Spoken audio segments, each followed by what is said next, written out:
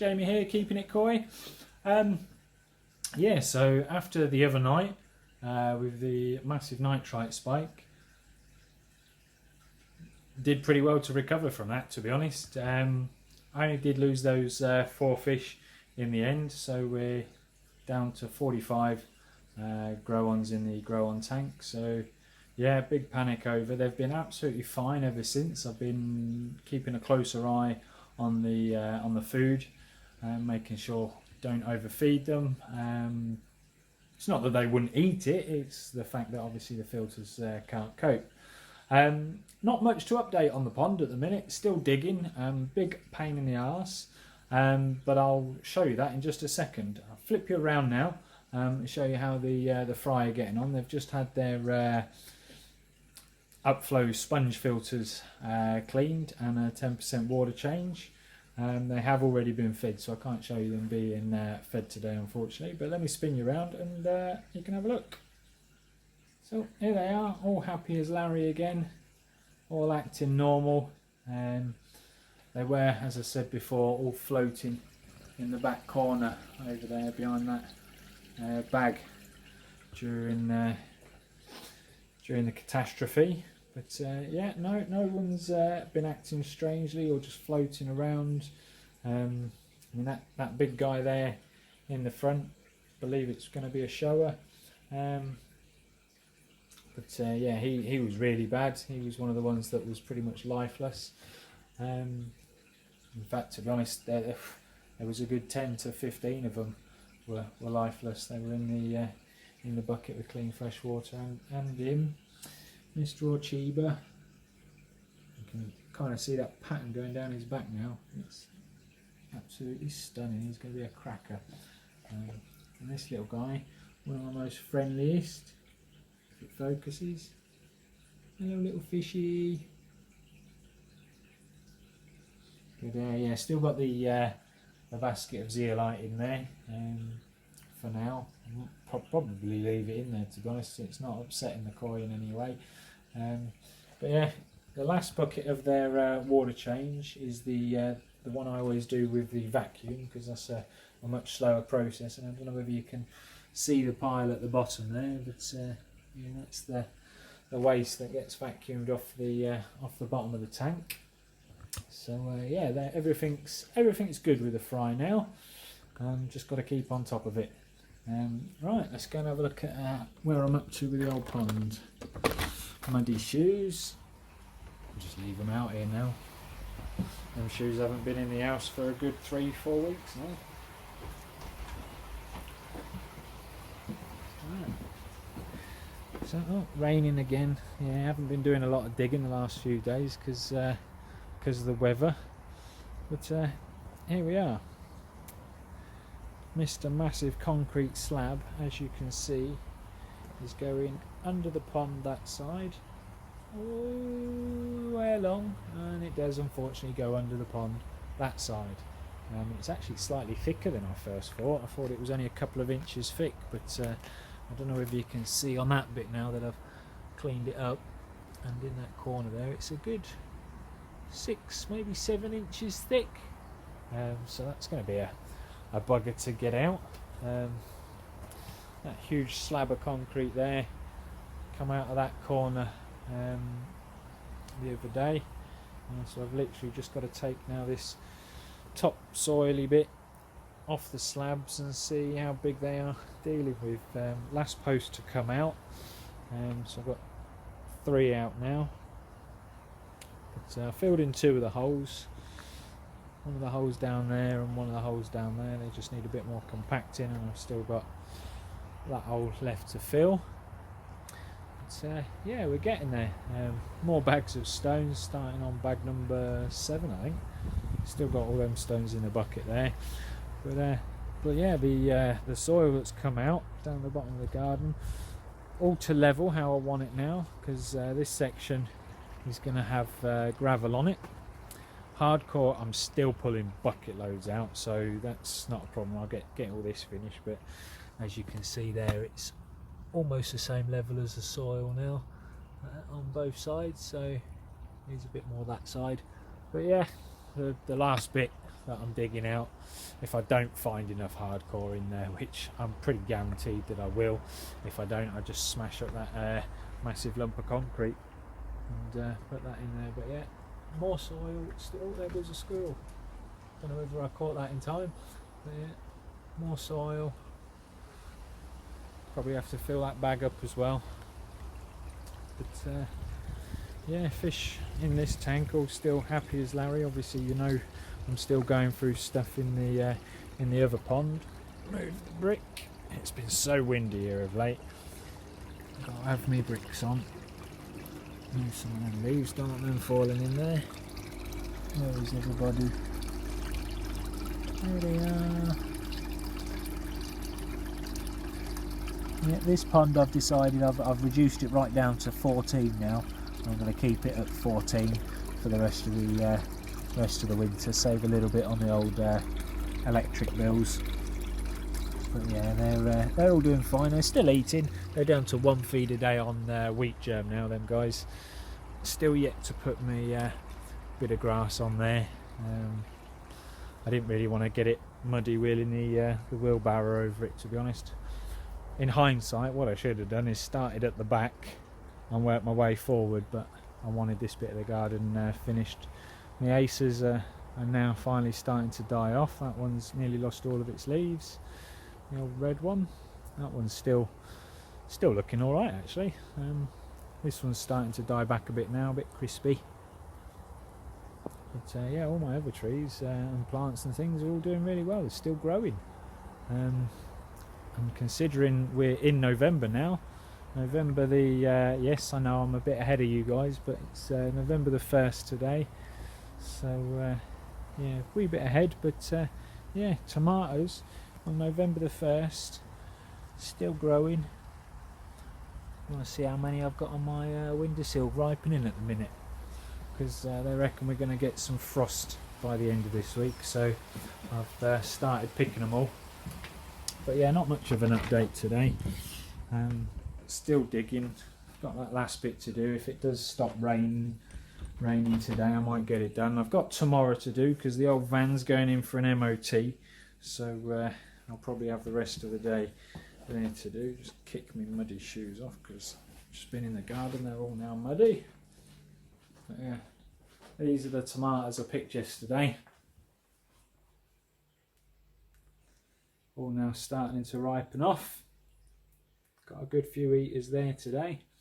Yeah, there's probably about the same amount again still left on the plant. So yeah, not much to tell you unfortunately today. What I will mention though is, because I think I mentioned it in one of my earlier videos. Let me spin you around and we'll talk to you about it. Yeah, so as I was saying, I think I've mentioned it before in one of the videos. For those of you that already know Steve from Cat and I, he does a 10 in 10.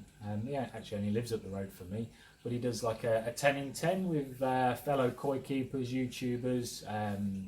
He's just recently done one with Quenny Koi as well, so he does dealers and retailers as well. And he asks them 10 questions in 10 minutes for their answer. There's just one question that I always hear and I 100% agree with, which is the one where he asks people for what advice would he give to new koi keepers. His top answer that he gets from everybody is research, and yes, 100% I agree with that. Research is the key, because when I first built my pond, I didn't do enough research. I mean, 7 years ago now, I've learned an awful lot in 7 years. But yeah, the second most common question that people answer is join a koi club. 100% agree. Not only do you learn a lot from fellow koi keepers, but you make new friends that know an awful lot about the hobby. Yeah, there's also people there that's probably less experienced than yourselves. But it's just making those contacts, those friends. Like for instance, I've got a pretty decent pond vac. There's quite a few people in Peterborough that are a member of the koi club that doesn't have a pond vac, and I've lent it out, to them. They drop me a message, "Oh Jamie, can I borrow your pond pack?" pond vac? I'm like, absolutely. You know, and I'm the same. I've borrowed bits and bobs from fellow koi keepers from the club. But it's just having that knowledge of people in your area. Because if you need advice or help quickly, yes, there's obviously all these forums on Facebook and you can get 100 different answers to one question. But actually getting someone to just pop over and have a look is a godsend. You know, when I first joined the club, invited a few people over and they gave me advice and said, oh, have you thought about tweaking this, tweaking that? Not that I did all of them, but it's having that second opinion to be able to look at what I've got, what I've done, and to advise alternatives, things that you might not have ever thought of. So that is a great godsend. I mean, I'm currently got down there, I don't know whether I've showed you it before, but that is a large show vat, 2 meters round show vat, 1 meter deep, so holds a lot.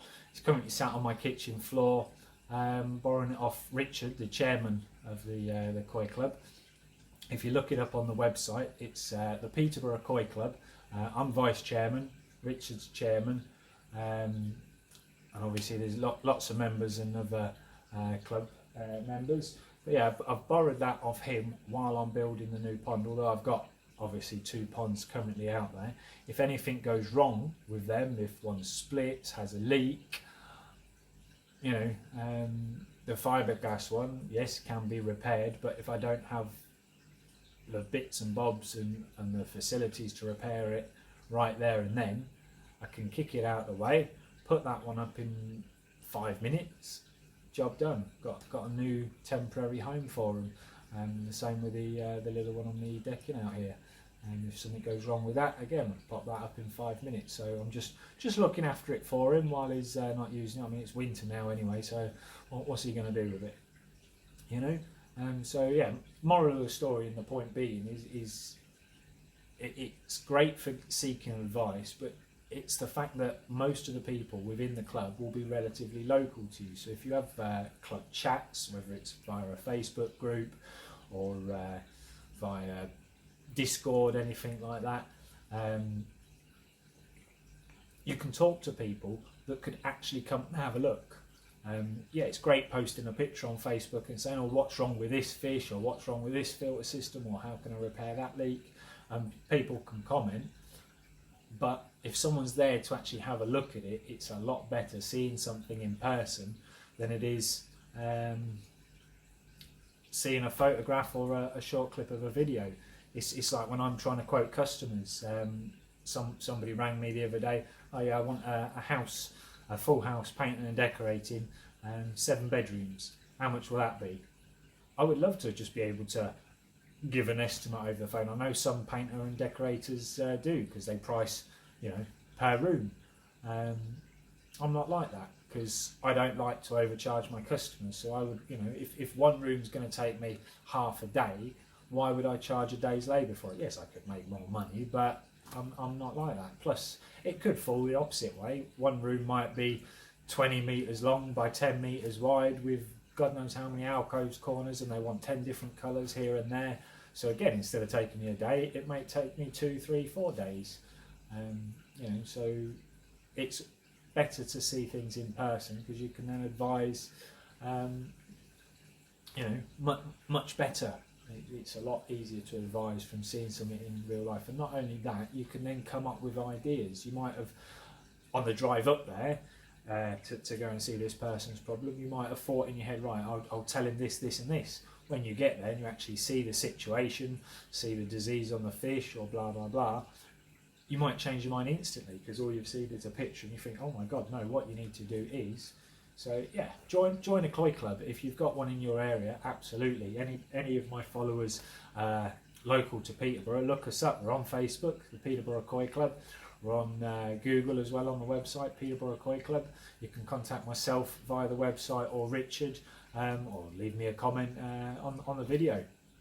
But yeah, it's certainly worth doing. There is a range of knowledge from beginners up to koi keepers that have kept koi for 30, 40, 50 years, you know.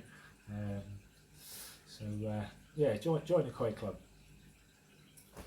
Right, going to end the video here. As I say, there's not much to update on the actual pond itself at the moment, just still digging. Hopefully get that done by the weekend, and then it's a case of nothing much will happen then until I can get hold of a breaker to remove that massive lump of concrete, because that is huge. I mean, the pond is what, 3.4 metres on the inside, so that concrete is at least 3.4 metres long, and I'm never going to know obviously how much further it goes, but yeah, what I'll probably do at that stage is start building the sleepers up. I have got them now, they're just not here at my property because I had nowhere to store them without really ruining the grass. So they're on my stepdad's drive at the minute, so I've just got to go and pick them up. Be 2 or 3 trips I think in my little van, because I've got to whack them on the roof rack. 3.6 metre sleepers on a roof rack. That'll be fun. Just don't turn any corners too quick or I'll be going over. But yeah, so I'll pick them up once I've finished digging out the soil, get everything else basically done, insulate it, put the skimmer in, obviously not the liner or the window, anything like that, but get most of the other pond build, not the filter house, I'll do that after the pond, but get most of the pond build then done, because then I can actually see how much of the soil on the very edge that I just need to trim off and straighten up, and then once all that's trimmed and straightened up, I can take the concrete out. But that's probably only a day's work, so yeah, I'll get the rest of the pond built, so in the next videos you may even see some sleepers going down, so stay tuned for that. I'm going to leave it there. If you like the video, give it a thumbs up, as everyone says. Subscribe if you haven't already. We're getting an awful lot of watchers and not many subscribers, so yeah, drop us a subscribe. Does me and the channel a great help. I'm going to leave it there, and I'm going to go chase the squirrel off from burying more nuts in my garden, because he's sat right in the middle of my lawn digging another hole. Keep it coy, guys.